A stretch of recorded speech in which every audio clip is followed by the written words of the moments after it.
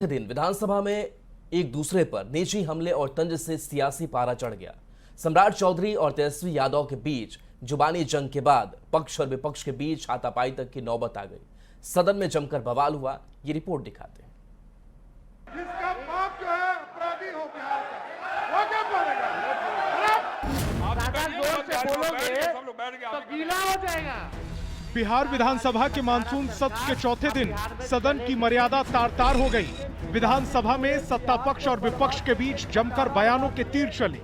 विधानसभा में नेता प्रतिपक्ष तेजस्वी यादव और सम्राट चौधरी के बीच तीखी बहस हुई। तेजस्वी यादव बिहार में हो रहे एसआईआर को लेकर सवाल उठा रहे थे। इसी दौरान सम्राट चौधरी ने पलटवार करते हुए कहा, जिसका बाप लुटेरा वो क्या बोलेगा। सम्राट के बयान पर तेजस्वी ने कुछ ऐसा कह दिया जिसके बाद सदन में भारी बवाल हुआ। सत्ता पक्ष और विपक्ष के बीच हाथापाई तक की नौबत आ गई। जिसका बाप जो है अपराधी हो बिहार का, वो क्या बोलेगा? बाप के बिहार का लुटेरा हो, लुटेरा। ज्यादा जोर से बोलोगे तो गीला हो जाएगा। बैठ जाइए, बैठिए। गीला हो जाएगा। सदन में भारी हंगामे के बाद तेजस्वी यादव ने विधानसभा के बाहर बीजेपी विधायकों पर मां बहन की गाली देने का आरोप लगाया। तेजस्वी ने बीजेपी विधायक जनक सिंह और संजय सिंह पर मर्यादा तार तार करने का आरोप लगाया। तेजस्वी के आरोप पर डिप्टी सीएम विजय सिन्हा ने जवाब दिया। माँ बहनों की गालियां वो दे रहा था वो व्यक्ति, और हमने आपत्ति जो है स्पीकर से कराई है। आज तक इतनी भद्दी भद्दी गालियां, अब हम उस गालियों को हम बोल नहीं सकते जो भाजपा के विधायक जो है बोल रहा। अब ये स्थिति आ गई है। मैं मां भारती की प्रतिज्ञा करते हुए कह रहा हूं, अगर हम कहीं किसी प्रकार से उनको गाली दिए हो तो मैं विधानसभा सदस्य इस्तीफा देने के लिए तैयार हूं। उंगली दिखा कर करके उत्तेजित करना, ये मानसिकता जंगल राज के पाठशाला में पढ़ने वाले लोगों का इतने दिनों के बाद भी बरकरार है। सदन की भाषाई मर्यादा तार तार होने के बाद विधानसभा अध्यक्ष नंद किशोर यादव ने दोनों पक्ष से संयम बरतने की अपील की। उन्होंने नेताओं से सदन की गरिमा का ख्याल रखने को कहा, साथ ही आपत्तिजनक बातों को सदन की कार्यवाही से निकालने की बात कही। मैं सभी पक्षों से आग्रह करता हूं कि वे अपने अपने वक्तव्यों और व्यवहार में शालीनता बरतें। यदि किसी से अकारण या आवेश में कोई अशोभनीय बात हुई हो तो उसे त्यागें, और इस दौरान जो भी असंसदीय और आपत्तिजनक बातें होंगी उसे कार्रवाई से निकाल दिया जाएगा। मॉनसून सत्र के चौथे दिन सदन में जबरदस्त सियासी गर्मी देखने को मिली। व्यक्तिगत हमले और तंज से सदन का माहौल पूरी तरह गर्मा दिया। सदन में विपक्ष और सत्ता पक्ष के बीच जुबानी जंग ने राजनीतिक तापमान और बढ़ा दिया। Bureau report, news 18। इनके पिताजी के ऊपर ध्यान रखें। सत्ता पक्ष और विपक्ष के बीच तू मैं के बीच विधानसभा में तेजस्वी यादव मुख्यमंत्री नीतीश कुमार पर हमला बोलने से बचते दिखे।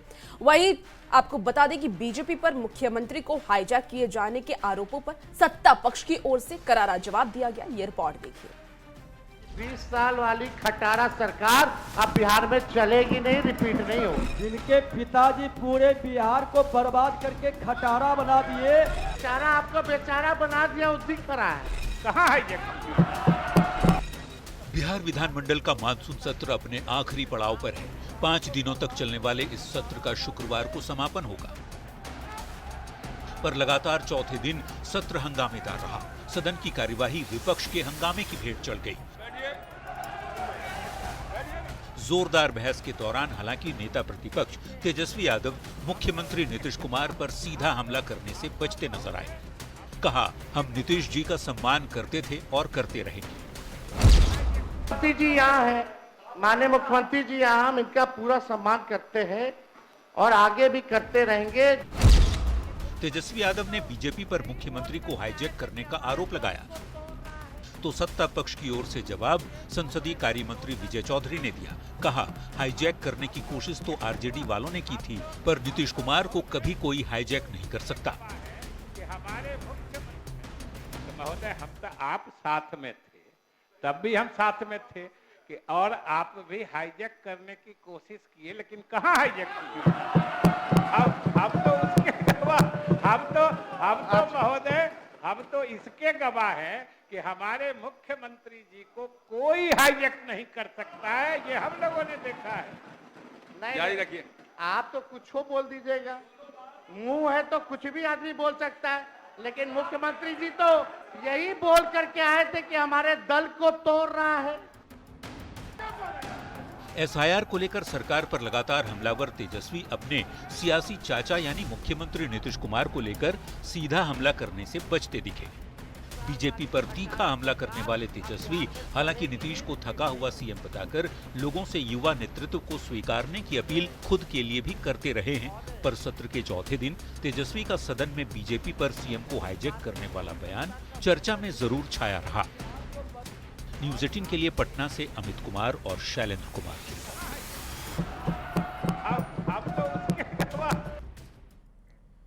विधानसभा में बहस के दौरान तेजस्वी यादव नीतीश सरकार पर बड़ा आरोप लगा दिया। तेजस्वी यादव ने कहा कि नीतीश सरकार ने उनकी योजनाओं का आइडिया चुरा लिया। तेजस्वी के इस आरोप के बाद सियासत गर्मा गई। चलिए, तेजस्वी आगे आगे रहता है, इनकी सरकार पीछे पीछे रहती है। विधानसभा के मानसून सत्र में जमकर सियासी तीर चले। तेजस्वी यादव ने नीतीश सरकार पर उनका आइडिया चुराने का आरोप लगा दिया। तेजस्वी ने 125 यूनिट फ्री बिजली, बुजुर्गों का पेंशन बढ़ाने को लेकर सरकार पर तंज कसा। तेजस्वी ने कहा, हम आगे आगे रहते हैं, सरकार पीछे पीछे। तेजस्वी ने दावा किया कि आने वाले समय में ये सरकार माई बहन मान योजना को भी चोरी कर लेगी। चलिए, तेजस्वी आगे आगे रहता है, इनकी सरकार पीछे पीछे रहती है। इसी बहाने हमारे गरीब का तो भला हुआ, लेकिन हम बोले 1500 ही किए, 1100 1500 कर देते, क्या दिक्कत है? अध्यक्ष महोदय, ये सदन गवाह रहेगा, देखिएगा आने वाले समय में ये माई बहन मान योजना की भी चोरी करने का काम करेंगे। अध्यक्ष महोदय, हमने पूरा बिहार घूम करके हम बोले कि हमारी सरकार आएगी तो 200 यूनिट फ्री में बिजली देंगे। मुख्यमंत्री जी गवाह है इसी सदन में, आपने बोला था कि नहीं बोला था, बिजली मुफ्त में नहीं देना चाहिए, भले ही कम कर दिया जाए, लेकिन मुफ्त में बिजली। आखिर कौन सी मजबूरी आ गई कि आपको फिर से अपने बात से पलटना पड़ा? कौन, किसके वजह से? तो हम ही ने क्या है 200 यूनिट, आप लोग कभी बोले 200 यूनिट? तेजस्वी के उनकी योजनाओं का आइडिया चुराने के आरोप पर बिहार की सियासत गर्मा गई। एनडीए ने तेजस्वी पर जोरदार पलटवार किया। माननीय तेजस्वी यादव जी, ना आपका कोई विजन है, ना कोई मिशन है, ना राजनीति में अक्ल का शक्ल है। अरे आपके पापा के पास था जो डैडी हैं, स्टूडेंट क्रेडिट कार्ड, वो तो संपत्ति क्रेडिट कार्ड चलाते थे। हम हर घर नल जल योजना चलाते हैं, आप हर जिले में संपत्ति बनाने का। चुनावी साल में नीतीश सरकार एक के बाद एक बड़े फैसले ले रही है। नीतीश ने बुजुर्गों का पेंशन बढ़ाकर 400 से 1100 रुपए कर दिया, 1 करोड़ नौकरी और रोजगार देने का ऐलान कर दिया, 125 यूनिट बिजली फ्री भी कर दी। अब सीएम नीतीश के इस फैसले से विपक्ष का चुनावी मुद्दा छीनता जा रहा है। ऐसे में तेजस्वी ने विधानसभा में आइडिया चुराने का आरोप लगाकर बिहार की सियासत गरमा दी है। न्यूज 18 के लिए पटना से संवाददाता अमित कुमार के साथ शैलेंद्र कुमार की रिपोर्ट। विधानसभा की कार्यवाही के दौरान एक बार फिर नेता प्रतिपक्ष तेजस्वी यादव और डिप्टी सीएम विजय सिन्हा भिड़ गए। दरअसल तेजस्वी यादव ने यह कहा था कि बिहार में अब 20 साल पुरानी खटारा सरकार नहीं चलने वाली है, जिस पर विजय सिन्हा ने कहा कि बिहार को खटारा लालू प्रसाद ने बनाया था और नीतीश कुमार और उस बिहार को डबल इंजन की रफ्तार से आगे बढ़ा रहे हैं। सरकार खटारा गाड़ी को 15 साल इजाजत नहीं देती है महोदय, कोई गाड़ी को 15 साल से ज्यादा चलने का। इस बार बिहार की जनता ने भी मन बना लिया है कि 20 साल वाली खटारा सरकार अब बिहार में चलेगी नहीं, रिपीट नहीं होगी। जिसको खटारा कह रहे हैं, जिनके पिताजी पूरे बिहार को बर्बाद करके खटारा बना दिए, मुख्यमंत्री उसी को आज नए ढंग से सजा कर करके अब फुल स्पीड में गाड़ी लेके चल रहे हैं। इनके पिताजी के ऊपर ध्यान रखें। मुख्यमंत्री तो सब जिला दौड़ के प्रगति के कई आयाम तैयार कर रहे हैं। नेता प्रतिपक्ष तेजस्वी यादव ने चुनाव के बहिष्कार पर विचार की बात कही है। उन्होंने कहा कि निर्वाचन आयोग ने पहले से ही सब कुछ तय कर लिया है और चुनाव का कोई मतलब नहीं बनता। जरूरत पड़ी तो वे चुनाव का बहिष्कार भी कर सकते हैं। अब तेजस्वी के इस बयान पर सियासत सुलग गई है। चुनाव बहिष्कार पर चर्चा हम लोग कर सकते हैं। तेजस्वी यादव बिहार चुनाव के बहिष्कार पर विचार कर रहे हैं। उन्होंने आरोप लगाया कि निर्वाचन आयोग सरकार के इशारे पर काम कर रहा है और किसे कितनी सीट देनी है इसका फैसला पहले ही हो चुका है। ऐसे में चुनाव का कोई मतलब नहीं बनता और अगर उन्हें चुनाव का बहिष्कार भी करना पड़ा तो वो करेंगे। हम सब दल के लोगों से बात करेंगे। महागठबंधन चुनाव का क्या मतलब रहेगा जब लोकतंत्र में जनता ही वोट नहीं देगी। चंडीगढ़ जैसा तुम लोग काम करोगे तो क्या मतलब रह जाएगा। तो हम लोग इस पर गंभीर होकर के चुनाव बहिष्कार पर चर्चा हम लोग कर सकते हैं। ये विकल्प हमारे पास खुला है। बीजेपी नेता अमित मालवीय ने तेजस्वी यादव के बयान पर तंज कसते हुए एक पोस्ट किया और लिखा, तेजस्वी के मन में चुनाव बहिष्कार का ख्याल आना ये दिखाता है कि वे मान चुके हैं कि बिहार के वोटर्स ने एसआईआर के खिलाफ तेजस्वी के अभियान को नकार दिया है। तो जेडीयू संसदीय दल के नेता दिलेश्वर कामैत ने भी तेजस्वी के बयान पर चुटकी ली। जनता का नस को टटोल लिए हैं जो अब विरोधी का कुछ चलने वाला नहीं है और इसीलिए इस तरह की आय बाय वो करते रहते हैं। तेजस्वी के सहयोगी दल कांग्रेस के समर्थक और पूर्णिया से निर्दलीय सांसद पप्पू यादव भी उनके बयान से असहमत दिखे। जब सभी दलों की सहमति हो जाएगी तो बेहतर है हम लोग को लोकसभा विधानसभा से पहले इस्तीफा दे देना चाहिए कि तुम अकेले सरकार चलो, एक भी विपक्ष के बगैर सरकार चलो। चुनाव के बहिष्कार से बेहतर है माहौल बनाना और विधानसभा लोकसभा से इस्तीफा देके चुनाव में जाना। तेजस्वी यादव ने वोटर लिस्ट में गड़बड़ी का आरोप लगाते हुए चुनाव बहिष्कार की बात कही है, जिसे सत्ता पक्ष हार के डर से दिया गया बयान बता रहा है और इसी पर सियासत तेज होती जा रही है।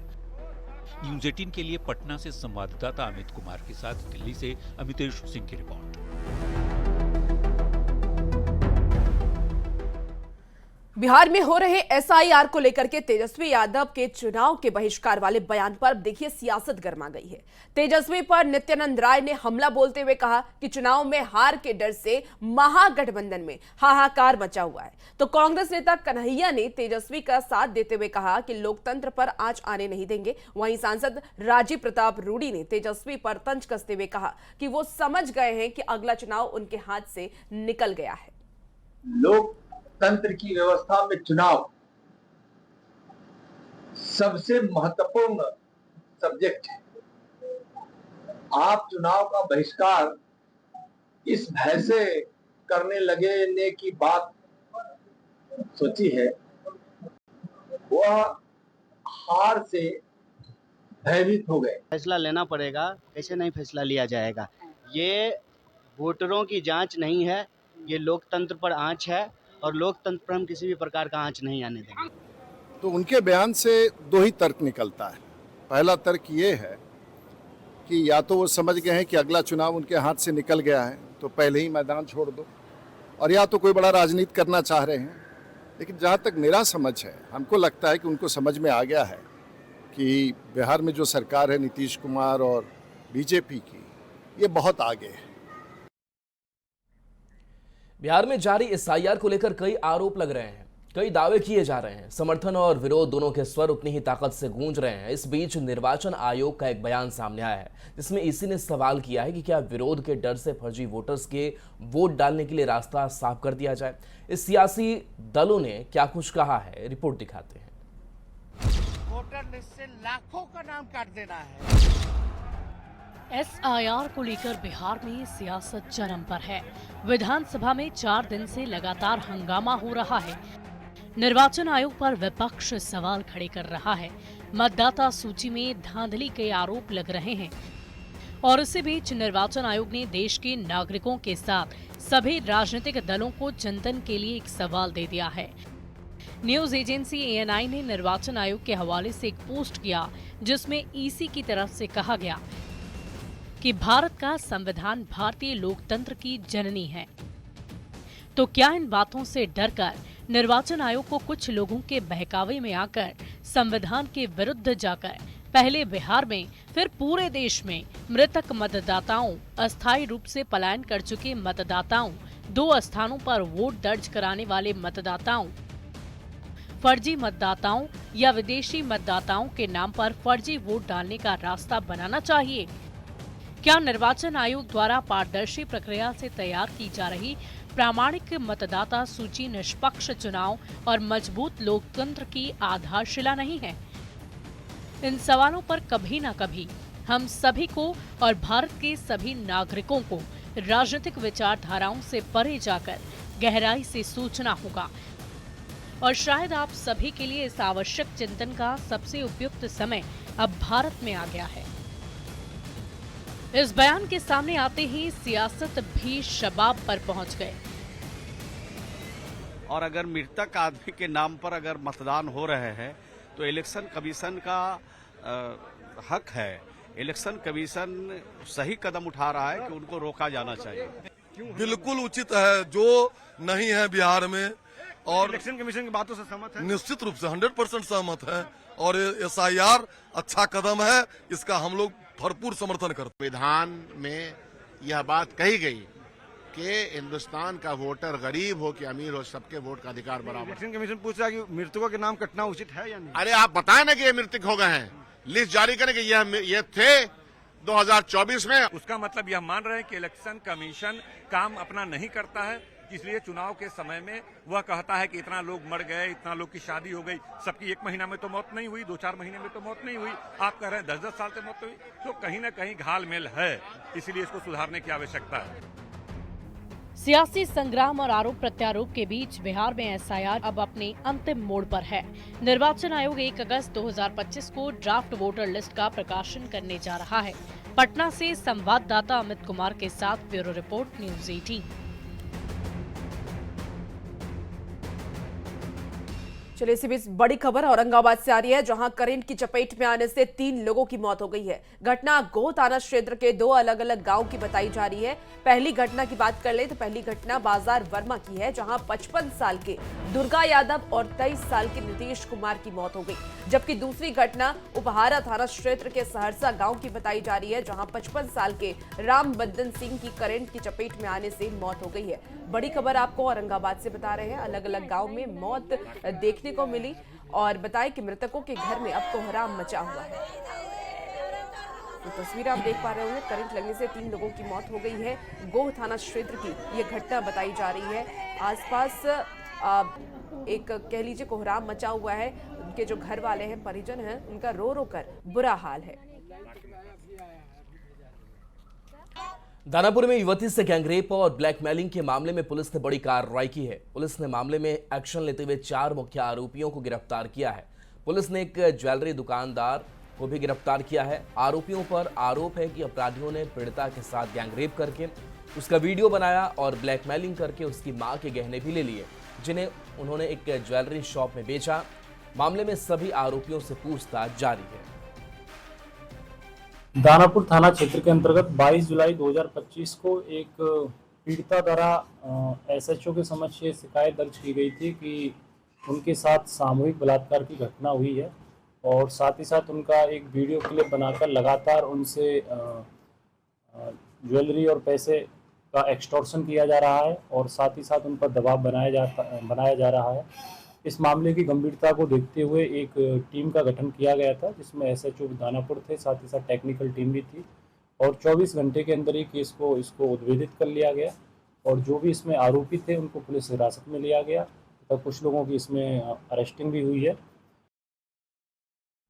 और वक्त हो